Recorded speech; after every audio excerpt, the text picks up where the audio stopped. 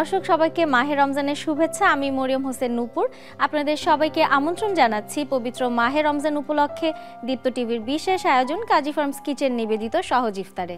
আজ আমি আপনাদের তৈরি করে দেখাবো চিকেন অ্যান্ড ওটস পাকোড়া।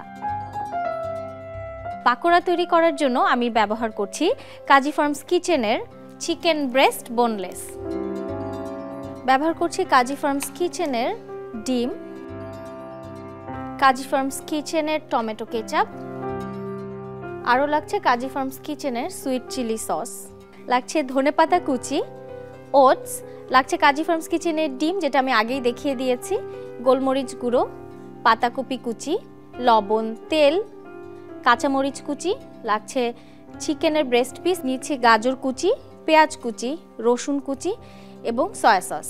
আমি শুরুতে পাকোড়ার মিশ্রণটিকে মাখিয়ে নিচ্ছি। আমি নিয়ে নিচ্ছি চিকেন ব্রেস্ট পিস ছোট টুকরো করে কেটে নেওয়া, নিয়ে নিচ্ছি রসুন কুচি, নিয়ে নিচ্ছি পেঁয়াজ কুচি, দিচ্ছি গাজর কুচি, পাতাকপি কুচি দিয়ে দিচ্ছি 1/4 কাপ, কাঁচামরিচ কুচি, আমি নিয়ে নিয়েছি কালো গোলমরিচ গুঁড়ো, ধনেপাতা কুচি দিয়ে দিচ্ছি, দিচ্ছি সয়া সস। যেহেতু আমি সয়া সস ব্যবহার করছি দর্শক, এই কারণে লবণটা আমি কিন্তু খুব আন্দাজ মতো দিব, নইলে কিন্তু তিতা হয়ে যাবে। ওটস দিয়ে দিচ্ছি। এবারে আমি এটাকে খুব ভালো মতো হাত দিয়ে মেখে নিচ্ছি।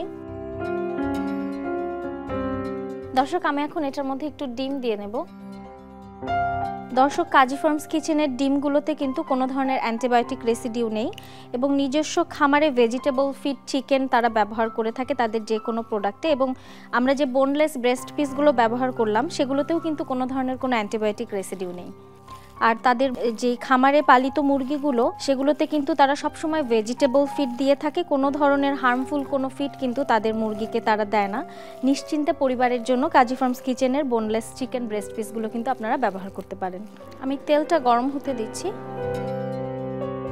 দর্শক খুব বেশি তেলে আমি এটাকে ভাজবো না।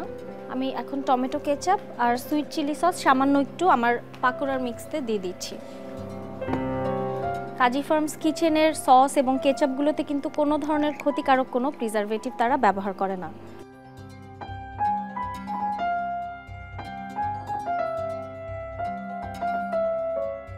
আমি এখানে দুটো সসই 1 চা চামচের মতো করে দিয়ে নিয়েছি।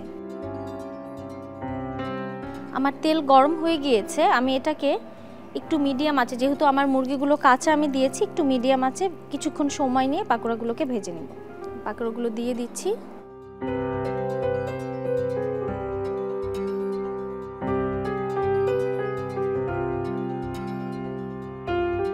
পাকোড়াগুলো আমি এক পাশ হয়ে গিয়েছি, একটু উল্টে দিচ্ছি।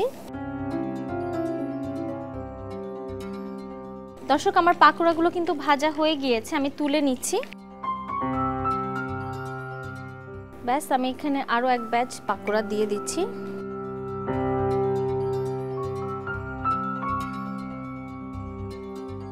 আমার বাকি পাকোড়াগুলোও ভাজা হয়ে গেছে, আমি এখন তুলে নিচ্ছি।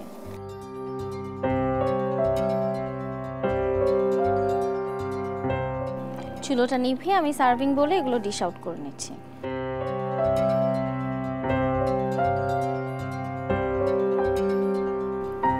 দর্শক দেখলেন কিভাবে খুব সহজেই তৈরি হয়ে গেল চিকেন অ্যান্ড ওটস পাকোড়া। দর্শক এরকম সহজ কোনো ইফতার রেসিপি নিয়ে আগামীকাল আবারও হাজির হয়ে যাব আপনাদের সামনে। ততক্ষণ পর্যন্ত সবাই ভালো থাকুন এবং দীপ্ত টিভির সাথেই থাকুন।